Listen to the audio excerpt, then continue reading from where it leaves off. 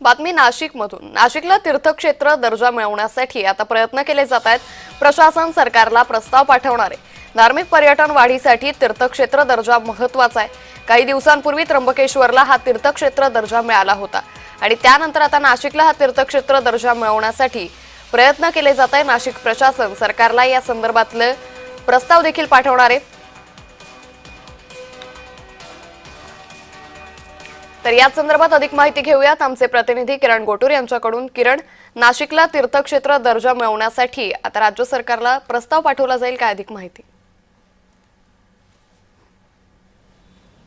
अंकिता, अतिशय ही महत्त्वाची बातमी म्हणावी लागेल, कारण आगामी कुंभमेळ्याच्या धर्तीवरती नाशिकला तीर्थक्षेत्राचा दर्जा द्यावा अशा पद्धतीची मागणी काही दिवसांपासून साधू महंत करत होते आणि त्याच मागणीला सकारात्मक प्रतिसाद देत नाशिक प्रशासन आता राज्य सरकारला नाशिकला तीर्थक्षेत्राचा दर्जा मिळावा अशा पद्धतीचा प्रस्ताव हे पाठवणार आहे। त्यामुळे एकूणच चांगली बातमी ही नाशिकसाठी म्हणावी लागेल, कारण कुंभमेळा आहे। कुंभमेळ्याच्या आधी अनेक जे विकास कामं आहेत ते नाशिकमध्ये एकूणच केले जाणार आहेत आणि त्यातच जर नाशिकला जर तीर्थक्षेत्राचा जर एकूणच दर्जा मिळाला तर तीर्थक्षेत्राअंतर्गत जे धार्मिक पर्यटन असतात किंवा धार्मिक अंडर जे विकास कामं केली जातात ते मोठ्या प्रमाणात होईल आणि धार्मिक पर्यटनाला चालना मिळेल।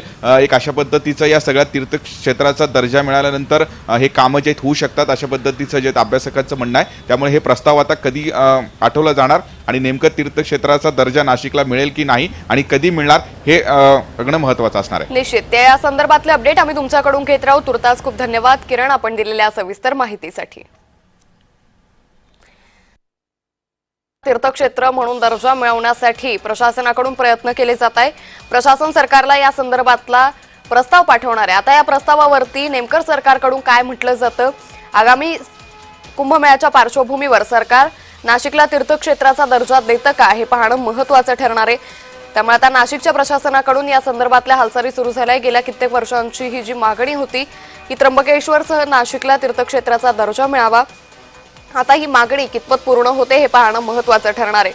त्यामुळे या मागणीकडे आता सगळ्या नाशिककरांचंच लक्ष लागून राहिलंय, कारण जर आगामी सिंहस्थ कुंभमेळ्याच्या पार्श्वभूमीवर राज्य सरकारनं नाशिकला तीर्थक्षेत्राचा दर्जा दिला त्यानंतर नाशिकमध्ये धार्मिक विकास कामं ही केली जातील आणि यामुळे धार्मिक पर्यटनाला मोठी पुरावा होईल आणि त्यामुळे आता या सगळ्या मागणीवरती राज्य सरकार काय भूमिका घेतं हे पाहणं महत्त्वाचं ठरेल।